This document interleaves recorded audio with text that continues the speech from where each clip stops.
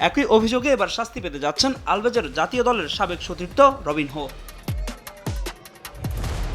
অভিযোগটা অবশ্য বেশ পুরনো। 2013 সালে ইতালির ক্লাব এসি মিলানে খেলার সময় নাইট ক্লাবে অ্যালকোহল পানের পর এক নারীকে সংঘবদ্ধ ধর্ষণের অভিযোগ ওঠে রবিনহোর বিরুদ্ধে। 2017 সালে মিলানের আদালতে দোষী প্রমাণিত হন ব্রাজিলিয়ান এই উইঙ্গার। 9 বছরের জেল হয় তার। 2022 সালে ইতালির সুপ্রিম কোর্টও সেই রায়কে বৈধতা দেয়। 2020 সালে ফুটবল ক্যারিয়ারের ইতি টেনে ব্রাজিলের সান্তোসে থাকা শুরু করেন রবিনহো।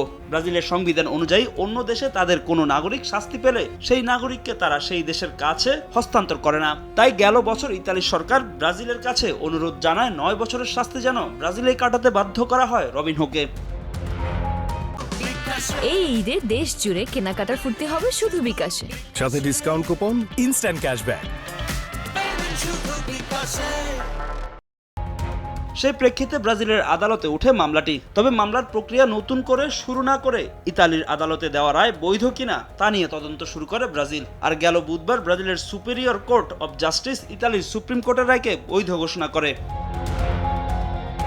যদিও শুরু থেকে নিজেকে নির্দোষ দাবি করে আসছে রবিনহো, ব্রাজিলের সুপেরিয়র কোর্ট অব জাস্টিসের রায়ের বিরুদ্ধে সুপ্রিম কোর্টে আপিল জানানোর কথা জানিয়েছেন রবিনহোর আইনজীবী। সেখানেও যদি নিজেকে নির্দোষ প্রমাণ করতে না পারেন তাহলে 9 বছরের জন্য জেল হতে পারে ব্রাজিলের হয়ে দুবার বিশ্বকাপ খেলা রবিনহোর। সান্তোসের একাডেমিতে বেড়ে ওঠেন রবিনহো।